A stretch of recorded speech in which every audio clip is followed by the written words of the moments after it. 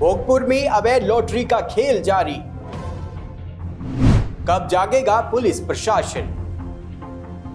3 स्थानों पर विक्की नाम का युवक ऑपरेट कर रहा अवैध लॉटरी की दुकान है। स्थानीय लोगों का आरोप, शिकायतों के बावजूद नहीं हुई प्रभावी कार्रवाई। प्रतिबंध के बावजूद कैसे चल रही कंप्यूटर लॉटरी?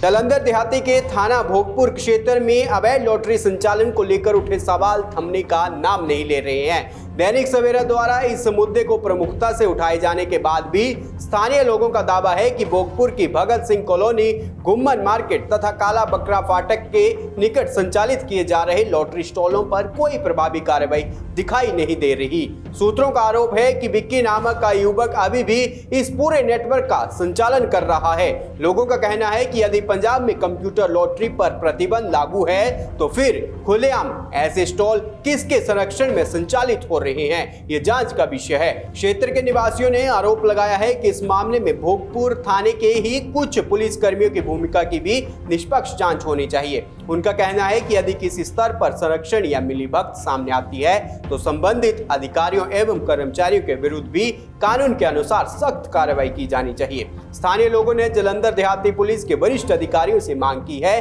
कि पूरे मामले की निष्पक्ष जांच कराई जाए, कथित अवैध लॉटरी संचालन की वास्तविक स्थिति सार्वजनिक की जाए तथा यदि आरोप सही पाए जाते हैं तो इसमें शामिल सभी व्यक्तियों के विरुद्ध बिना किसी पक्षपात के कानूनी कार्रवाई सुनिश्चित की जाए। जालंधर देहाती के थाना भोगपुर क्षेत्र में अवैध लॉटरी संचालन को लेकर उठे सवाल थमने का नाम नहीं ले रहे हैं। दैनिक सवेरा द्वारा इस मुद्दे को प्रमुखता से उठाए जाने के बाद भी स्थानीय लोगों का दावा है कि भोगपुर की भगत सिंह कॉलोनी, गुम्मन मार्केट तथा काला बकरा फाटक के निकट संचालित किए जा रहे लॉटरी स्टॉलों पर कोई प्रभावी कार्रवाई दिखाई नहीं दे रही।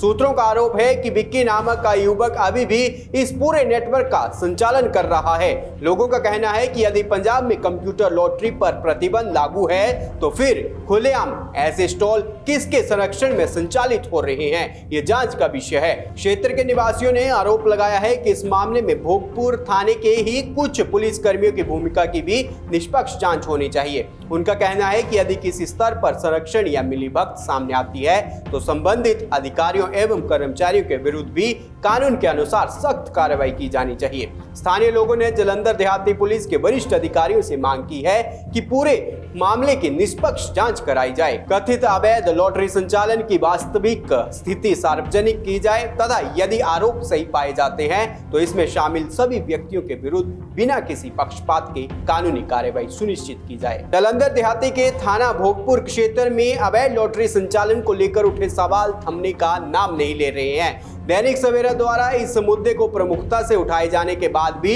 स्थानीय लोगों का दावा है कि भोगपुर की भगत सिंह कॉलोनी, गुम्मन मार्केट तथा काला बकरा फाटक के निकट संचालित किए जा रहे लॉटरी स्टॉलों पर कोई प्रभावी कार्रवाई दिखाई नहीं दे रही।